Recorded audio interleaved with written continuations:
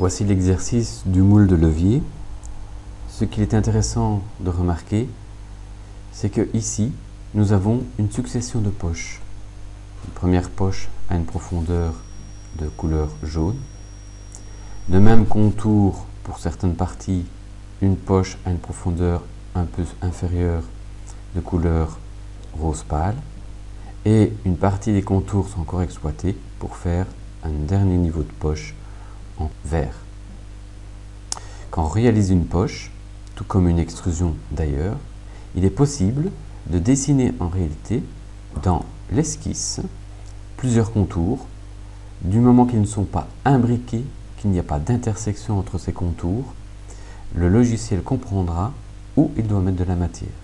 Pour la poche, il commence à enlever dès le premier contour extérieur. Dès qu'il rencontre un contour suivant à l'intérieur, il s'arrête d'enlever de la matière. S'il retrouve un troisième contour à l'intérieur du deuxième, il va de nouveau enlever de la matière et ainsi de suite.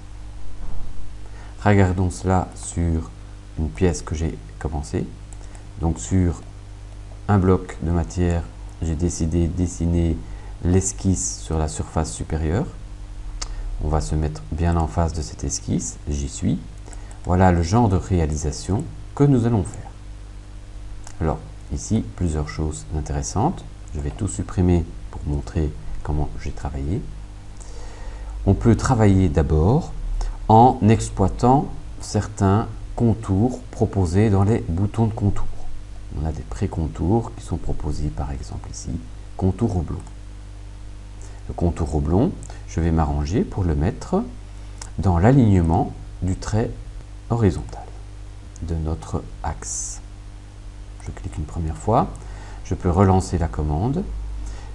Comme le premier trou oblong a les mêmes centres que le second, on va simplement positionner et bloquer à une dimension plus importante. On peut également créer d'autres portions de contour. Dans ce cas-ci, nous savons que nous allons avoir un trait oblique ici. On va transformer ensuite le tracé en arc tangent pour tracer l'arrondi supérieur. On repasse en droite tangente jusqu'à un certain point. On essaye d'éviter de se confondre avec l'axe horizontal parce que ce n'est pas le point de jonction avec le cercle suivant. Je descends un peu plus bas. Je vais ensuite de nouveau demander un arc de tangent. Et dans ce cas-ci, je vais m'arrêter un petit peu avant. J'arrête le contour. De nouvelles commandes dont on n'a pas encore parlé. Il est possible de demander d'arrondir un coin entre deux entités existantes. Soit arrondir, c'est la fonction arrondi, soit réaliser un chanfrein. Sortons ce panneau. Regardons comment il se nomme. Il se nomme opération. On va lancer une demande d'arrondi. Je vais donc lancer cette commande, désigner le cercle concerné, désigner la droite concernée, me positionner à l'endroit où l'arrondi doit apparaître. Alors on va faire un bon zoom comme ça, on comprend ce qui se passe. Vous allez constater qu'il va réagréer les entités pour que les longueurs correspondent correctement. Et voilà l'arrondi réalisé. Il est évident qu'en réalisant cette opération-là, nous avons gardé qu'une portion de cercle ici.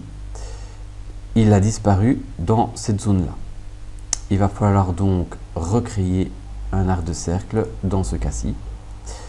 Le plus simple, c'est de définir par exemple cet arc de cercle par son centre, repositionner le centre, repositionner l'extrémité de la droite inférieure, tirer un petit peu, en évitant des coïncidences qui ne sont pas à obtenir. Je clique et je vais arrondir le second coin. Je vais donc arrondir le coin entre celle-là et celle-là pour fignoler le contour. Il me manque encore un îlot cercle défini par son centre. Je prends centre et je le fais coïncider avec le centre de l'arc supérieur. Je clique à dimension et il me manque le dernier îlot qui est aussi un cercle centré sur le cercle inférieur. Je positionne donc sur le centre je tire un petit peu, j'évite toute coïncidence qui ne m'intéresse pas et je ferme. Pour s'assurer que l'alignement entre les deux cercles soit réalisé, il est possible de mettre des traits de construction. Comment cela fonctionne-t-il? On va donc lancer le tracé de ce trait. Pour le moment, c'est un tracé de trait de contour.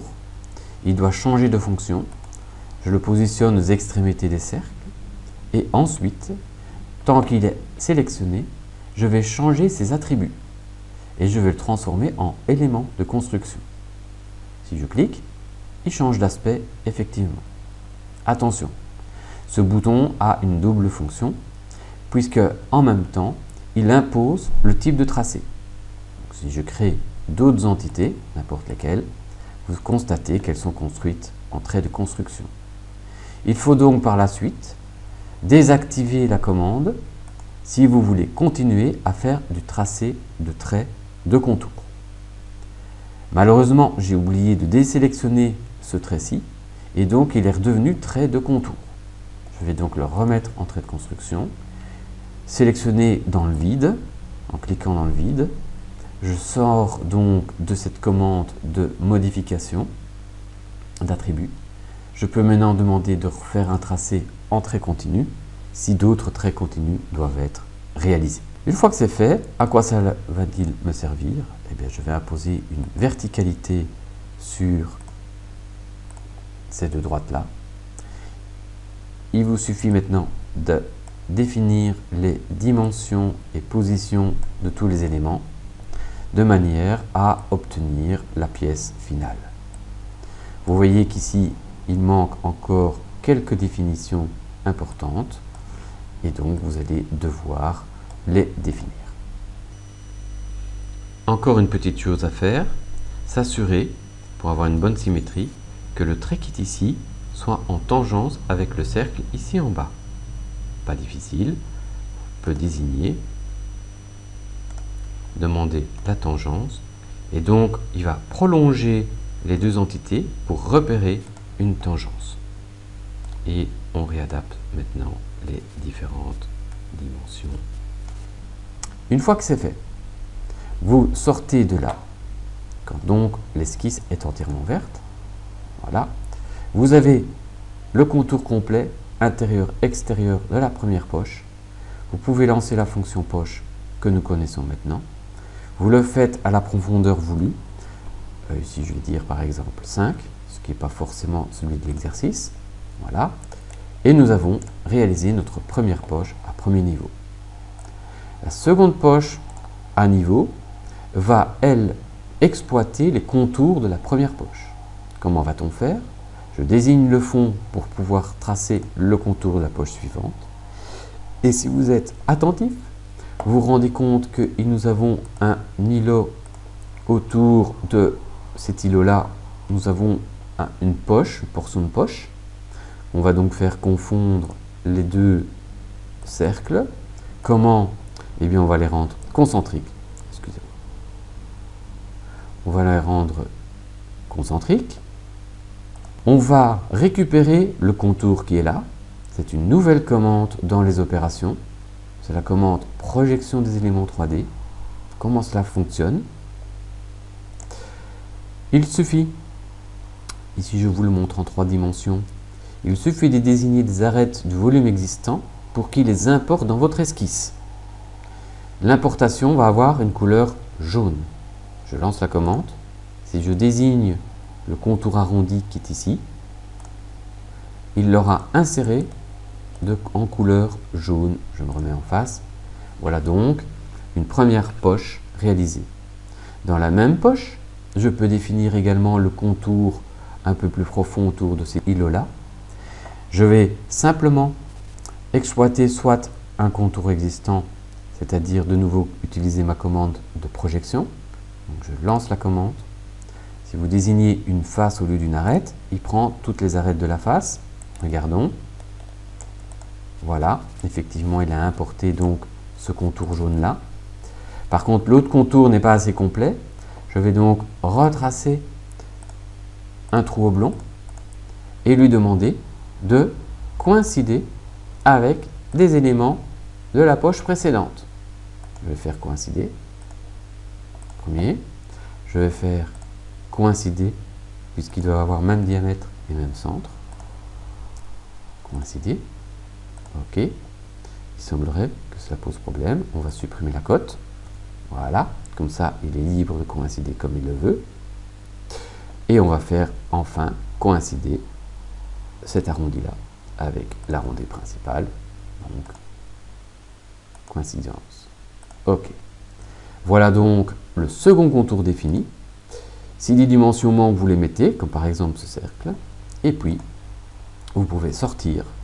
Maintenant, si vous faites poche, vous allez faire deux poches distinctes avec contour distinct et avec îlot. On va mettre profondeur quelconque, par exemple 5.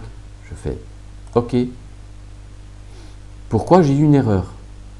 Je retourne dans ma poche et je dois être attentif évidemment à la direction de la poche.